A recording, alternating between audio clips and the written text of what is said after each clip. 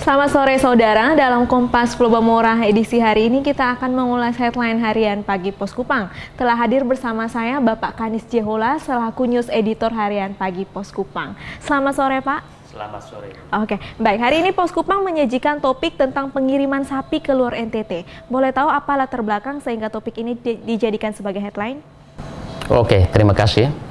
Pada tahun 2015, pemerintahan Presiden Joko Widodo meluncurkan salah satu program unggulannya adalah Tol Laut. Namanya Tol Laut.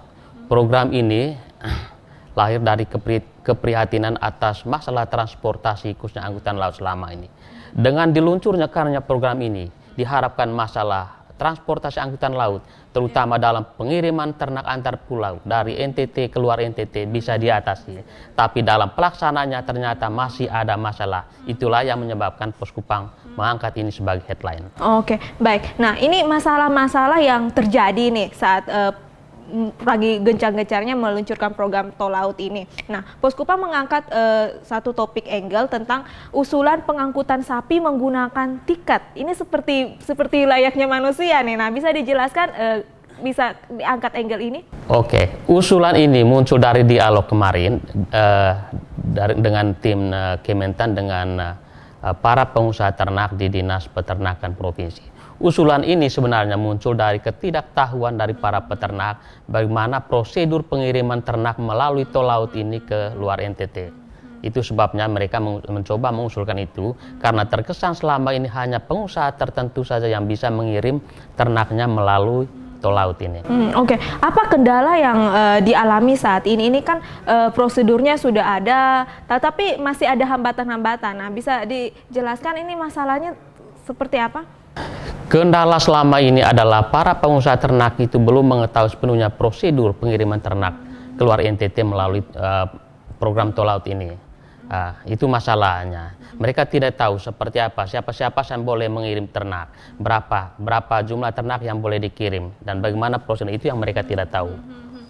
Dari ketidaktahuan itu, nah ini banyak sekali pengusaha-pengusaha sapi yang juga merasa dirugikan gitu dengan menggunakan pengiriman sapi lewat tol laut ini. Nah, ini Pos Kupang bisa menjelaskan gini, seberapa besarnya sih kerugian yang dialami oleh para pengusaha ternak ini?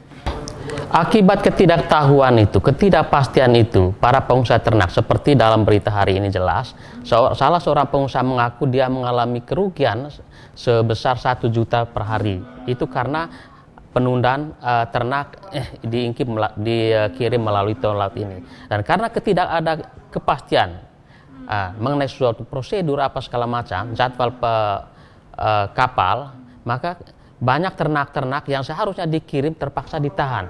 Dan ini menimbulkan kerugian bagi para pengusaha karena ternak-ternak itu kan dalam rentang waktu sebelum dikirim pasti kan membutuhkan pakan dan sebagainya.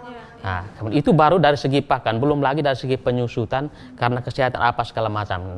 Oke, kalau bisa tahu kenapa ini prosedurnya sudah ada, tetapi ini banyak sekali nih pengusaha-pengusaha yang justru tidak mengetahui ini bagaimana tata cara pengiriman sapi melalui tol laut. Kalau saya lihat, ini sebenarnya masalah dari para pemerintah sendiri, terutama pemerintah terkait dengan ini, Dinas Perhubungan juga peternakan dan pertanian yang berkaitan dengan ini.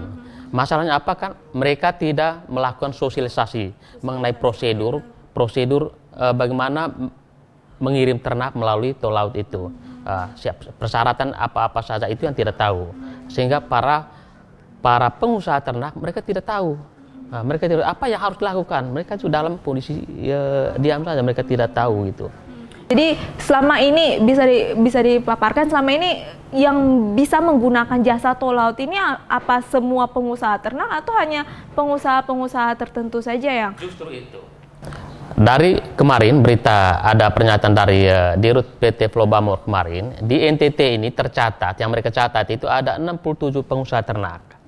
Tapi dari 67 pengusaha ternak itu hanya 10 pengusaha ternak yang aktif mengirimkan itu. Sedangkan lainnya kenapa? Itu menimbulkan pertanyaan. Ya, bisa jadi hanya 10 saja yang tahu prosedur, sementara yang lainnya tidak tahu. Nah, kenapa mereka tahu? Kenapa mereka tidak tahu? Itu karena kurangnya sosialisasi dari pihak-pihak yang terkait dengan ini.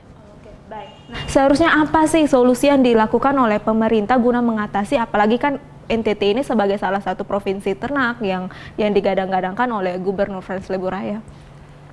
Solusinya begini, pemerintah itu pertama harus memperbaiki sistemnya. Sistem yang ada, kalau sudah ada sistem yang bagus itu harus disosialisasikan. Jangan dibuat sistemnya lalu sistem itu hanya dibuat untuk kepentingan diri sendiri, tidak disosialisasikan kepada masyarakat. Kemudian mengenai soal prosedur tadi, soal itu. Kalau memang yang tidak perlu rumit, kenapa harus diperumit? Salah satunya tadi perpanjangan itu kapal itu, izin itu, kontrak itu. Kenapa tidak diperpanjang? Itu kan gampang sekali diperpanjangnya tuh. Kalau memang mati di izin kontrak, mestinya harus disampaikan sudah ini sekian, bagaimana kelanjutannya. Nah, jangan sampai terhambat dengan hal-hal yang sepele. Oke, hal-hal yang administratif tetapi menghambat. Ya, oke. Baik, terima kasih Pak Kanis untuk kebersamaannya. Semoga saja permasalahan ini dapat terselesaikan dengan baik. Baik saudara, demikian ulas headline harian Pagi Pos Kupang bersama Bapak Kanis Jehola selaku News Editor harian Pagi Pos Kupang. Kita kembali ke Kompas Peluang Moral setelah jeda.